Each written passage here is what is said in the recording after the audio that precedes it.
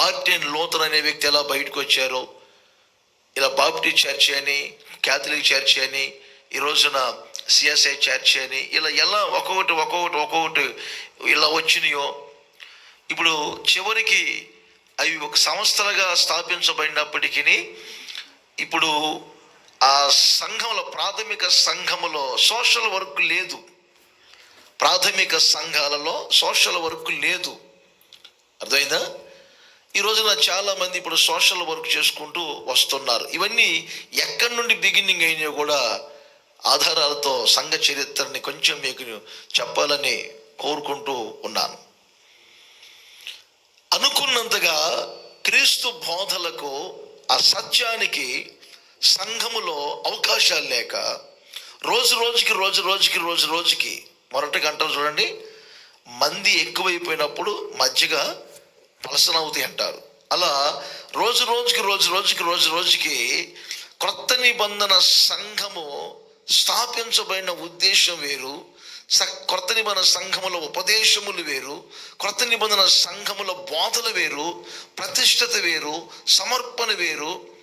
వాళ్ళు క్రొత్త నిబంధన సంఘము అంటేనే మరలా చెప్పున బయటికి రప్పింపబడిన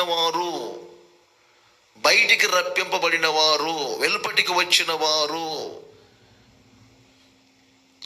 ఎక్లేసియా అనే పదాన్ని నేను గ్రీక్ పదంలో చెప్పాను. అంటేనే బయటికి వచ్చిన వారు. వాళ్ళు పూర్వం చీకట్లో ఉన్నారు, ఆశ్చర్యకరమైన తన వెలుగులోనికి వచ్చారు. ఐగుప్తు బానిసత్వంలో నుంచి బయటికి వచ్చారు. ఆశ్చర్యకరమైనటువంటి ఆయన వెలుగులో ఆయన ఉత్తమ సుగుణాలను వాళ్ళు అగపరచాలి. పేతురు మంచి మాటలు అంటారు. ఒక్క మాటలోనే మీకు అర్థమైంది సంఘ స్థాపన ఏమిటో.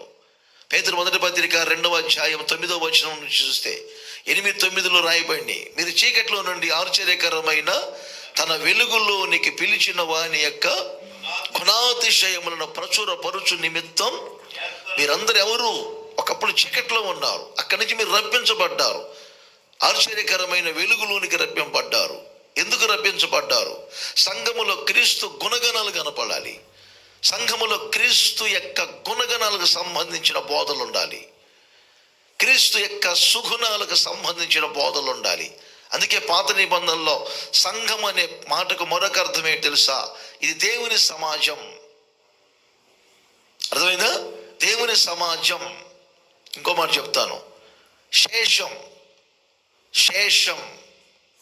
సంఘం అంటే ఒక శేషము, అదొక తెగ, అది ప్రత్యేకించబడింది, అది వేరుపరచబడేది. ఆశ్చర్యకరమైనటువంటి తన వెలుగులో ఆయన ఉత్తమ సుగుణాలన్నింటినీ మీరు ప్రచురపరచాలి. అందుకే ఇక్కడ మంచి మాటలు అంటాడు. 4 మాటలు ఉంటాయి మీకు. పరిశుద్ధమైన జనముగాను, రాజులైన యాజక సమూహముగాను, దేవుని సొత్తైన ప్రజలుగా మీరు మార్చబడ్డారంటారు.